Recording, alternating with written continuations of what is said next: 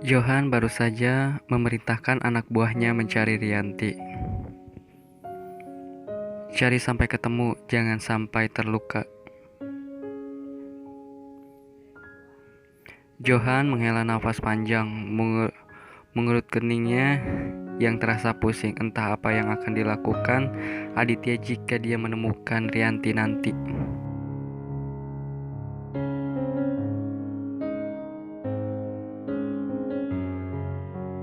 Aditya membawa mobilnya kembali ke rumah, memarkirkan mobil dan turun dengan cepat menutup pintu dengan kasar.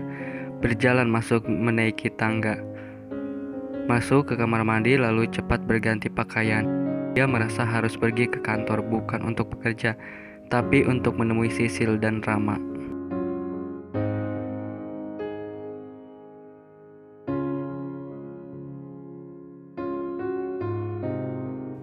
Mereka pasti tahu di mana Rianti sekarang, batin Aditya.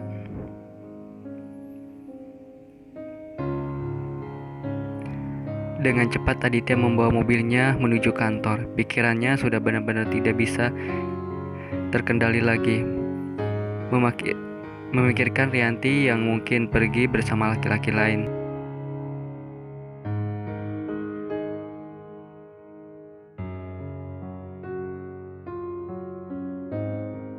Sampai di kantor, dia masuk ke ruangannya. Tania heran melihat pakaian bosnya yang sangat santai saat datang ke kantor, karena tidak seperti biasanya yang selalu terlihat sempurna jika ke kantor.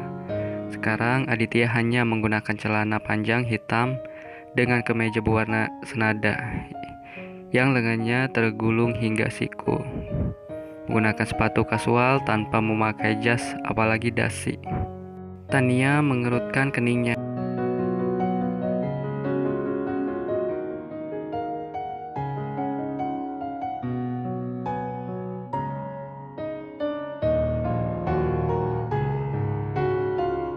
Aneh kan? Tidak biasanya Pak Aditya ke kantor dengan penampilan yang terlihat sangat santai, tapi wajahnya menunjukkan raut yang tidak bersahabat. Begitu ucapan Tania kepada teman kerjanya di kantor, mengingat kejadian tadi.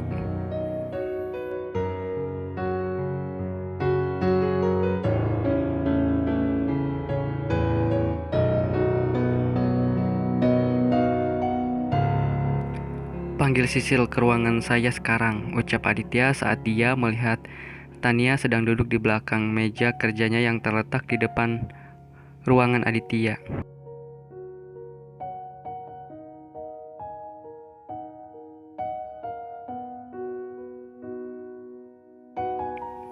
Baik Pak, jawab Tania saat itu. Tak lama pintu ruangan Aditya terbuka. Tania masuk ikuti dan oleh Sisil dari belakang.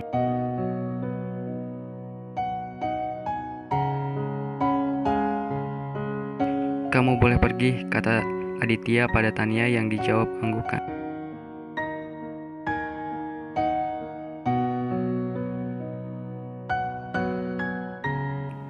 Ada apa ya Pak? Bapak memanggil saya?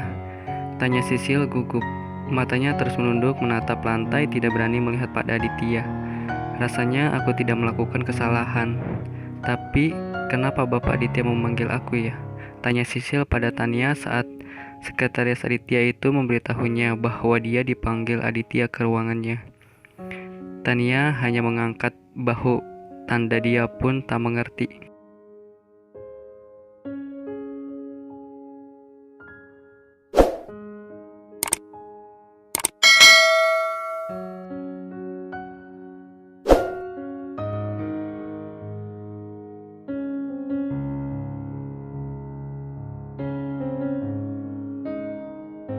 Dan disinilah sekarang Sisil berada di ruangan Aditya yang rasanya sangat angker buatnya.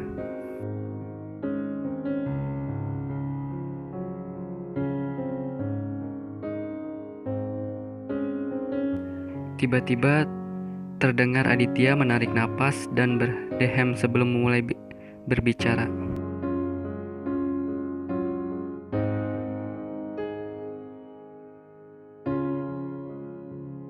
Katakan di mana Rianti, tanya Aditya kemudian memecah keheningan.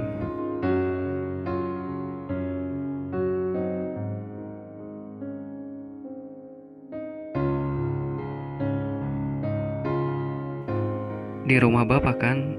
Sisil malah balik bertanya. Bola mata Aditya menatap tajam mendengar jawaban Sisil.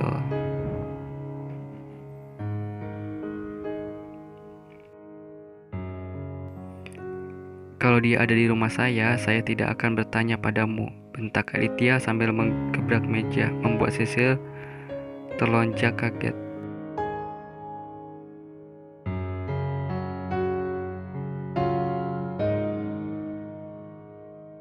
Saya tidak tahu, Pak, jawab Sisil terbata, tidak menyangka dengan bentakan yang Aditya lontarkan.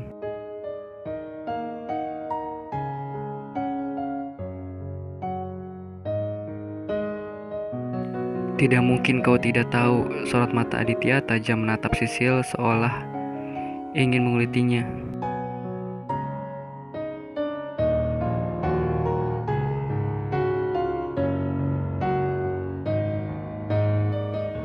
Memangnya Rianti kemana, Pak? Sisil malah bertanya lagi.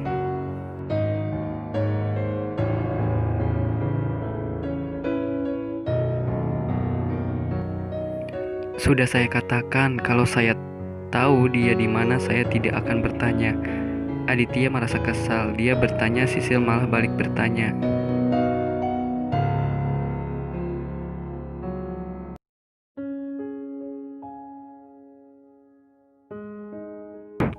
Saya sungguh tidak tahu, Pak, ucap Sisil yang kini mulai berani mengangkat wajahnya melihat Aditya.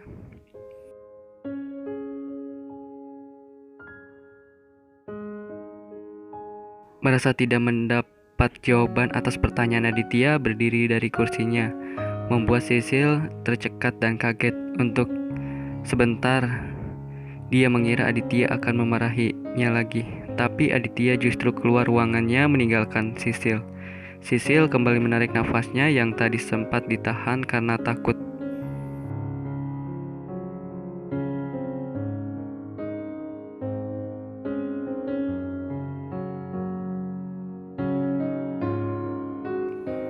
Memangnya Rianti kemana? Kayaknya kemarin aku masih bertemu deh. Kok sekarang udah menghilang? Sampai suaminya mencarinya seperti ini, gumam Sisil sambil berjalan cepat menuju mejanya. Sampai di sana dia langsung mengambil HP-nya, mencari nomor Rianti dan meneleponnya.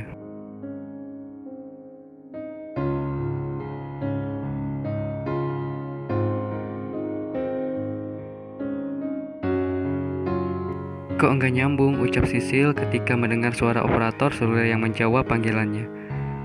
Kemana sih kamu, Ri? Sisil merasa sangat cemas.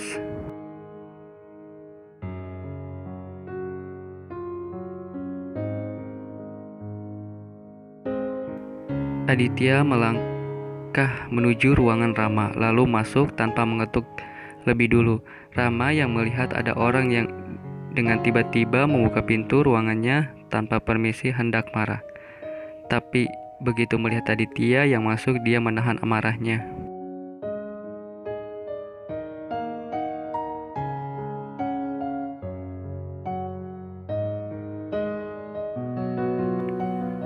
Aditya masuk dengan derap kaki yang tegap, memarahi Rama, menghampiri Rama yang sedang duduk di kursinya, mengerjakan pekerjaannya.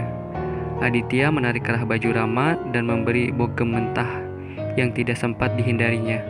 Karena sangat tidak disangkanya, Aditya tiba-tiba saja memukulnya.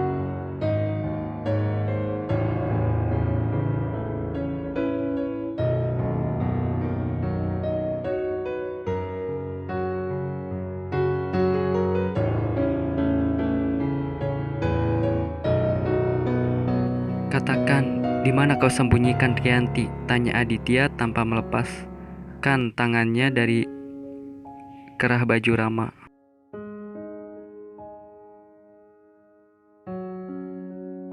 Rama mengernyitkan kening bingung.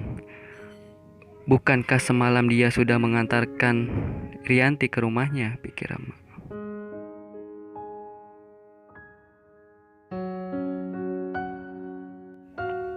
Mana aku tahu, kamu kan suaminya. Harusnya kamu lebih tahu di mana istrimu.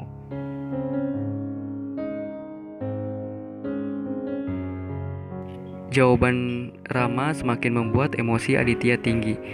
Dia meninju perut Rama yang membuat laki-laki itu tersungkur ke lantai.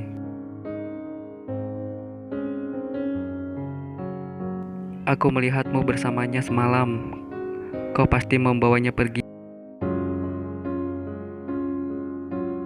Aku mengantarnya, bukan membawanya. Jika dia pergi setelah aku antar pulang, aku tidak tahu. Rama balik memukul Aditya. Kau suaminya. Harusnya kau menjaganya, bukan malah asik menyiksanya. Lanjut Rama ketika dia mengingat memar yang dilihatnya di wajah Rianti kemarin.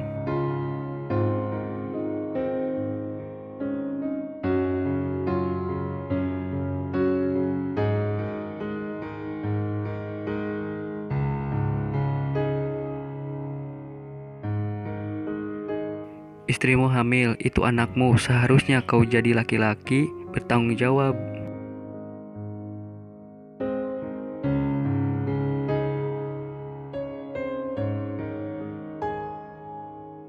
Itu bukan anakku. Jawaban pelan Aditya sukses membuat Rama semakin marah dan terus meninju wajah Aditya tanpa henti. Buk-buk, darah pun keluar dari bibir Aditya.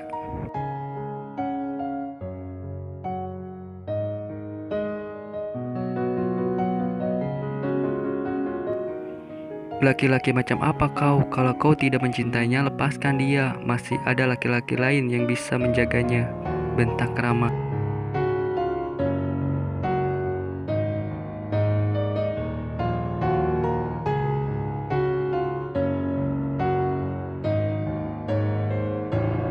Termasuk kau kan? Ucap Rama sambil menyeringai. Kau mencintai istriku kan? Tapi sayang dia lebih mencintaiku. Dan karena itu kau menghamili istriku untuk mendapatkannya, bukan?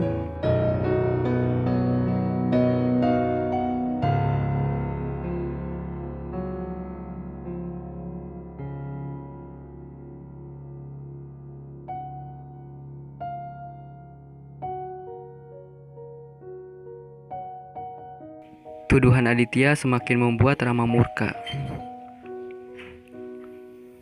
Itu anakmu bodoh. Rianti bukan wanita murahan yang bisa ditiduri dengan mudah oleh laki-laki, bentak Rama sambil terus meninju wajah Aditya.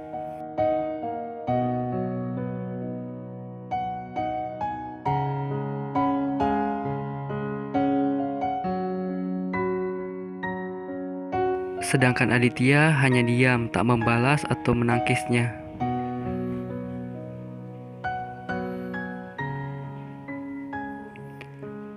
Cari dia. Jika kau tidak mencarinya, aku yang akan mencarinya dan membuat dia menceraikanmu dan benar-benar pergi dari hidupmu. Rama sambil berdiri meninggalkan Aditya yang masih terduduk di lantai dengan darah yang mengalir dari bibir dan hidungnya. Wajahnya babak belur dihajar Rama tanpa ampun.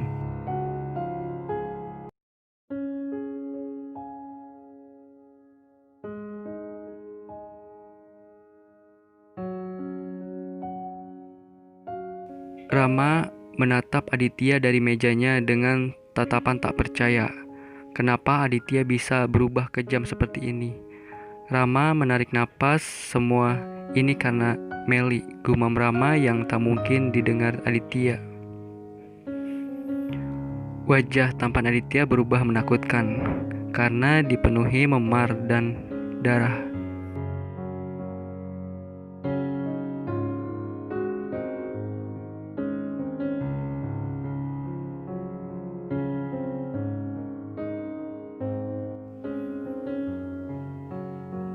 Aditya menunduk, tercekat dengan kata-kata yang diucapkan Rama.